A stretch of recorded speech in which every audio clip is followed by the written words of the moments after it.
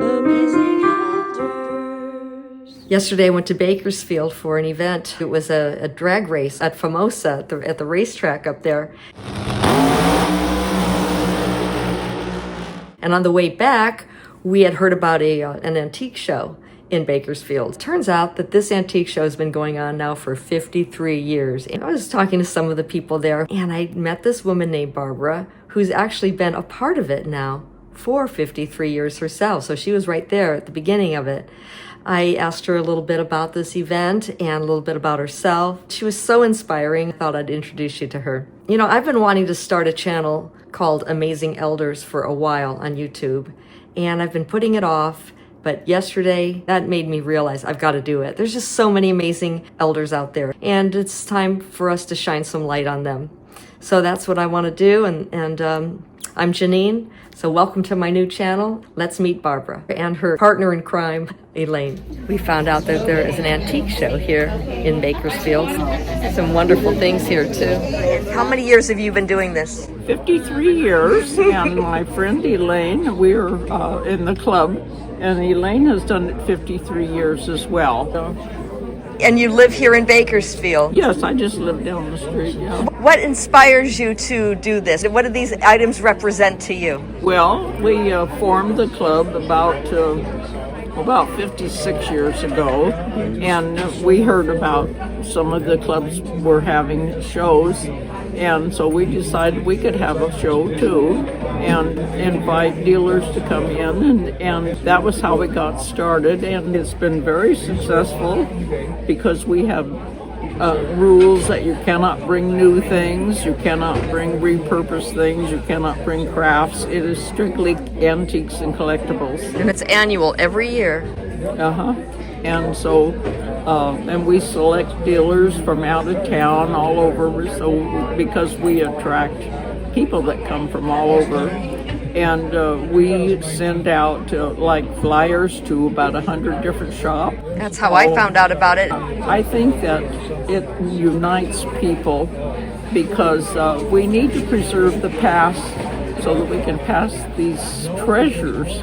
They shouldn't be lost. They should be passed to the next generation so that we'll just like the yellow glasses over there. Those are over 100 years old. These are over 100 years old.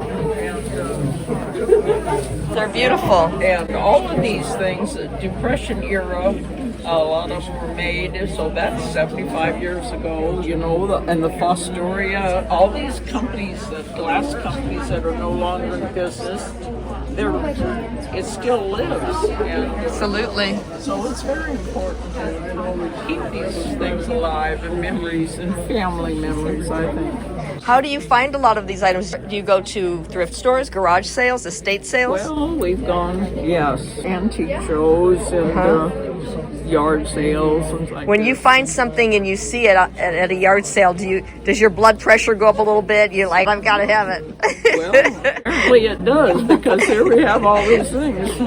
Where were you born? Are you born from California originally? I was born in Missouri. Missouri? Missouri. Missouri? Where's Missouri? I was born in Neosho in a one-room log cabin with 7 of us. In Missouri? In Missouri. What's the difference between Missouri and Missouri? Missouri, it sounds like you're talking with a twang, and Missouri has a flow to it. But it's the same place. Well, yeah. But, you know, I'm from the western side. They say it Missouri, and the eastern side has more Missouri because they're more into the southern. It's like that song, you say Missouri and I say Missouri. You like potato and I like potato. You like tomato and I like tomato. Potato, potato, tomato, tomato. Oh, let's call the whole thing off. So you said you were born in a log cabin. My father and grandfather cut the trees down. It was during the Depression. Wow. And 7 of us lived in the one room. Yeah. Wow. Were you a career woman or did you raise a family?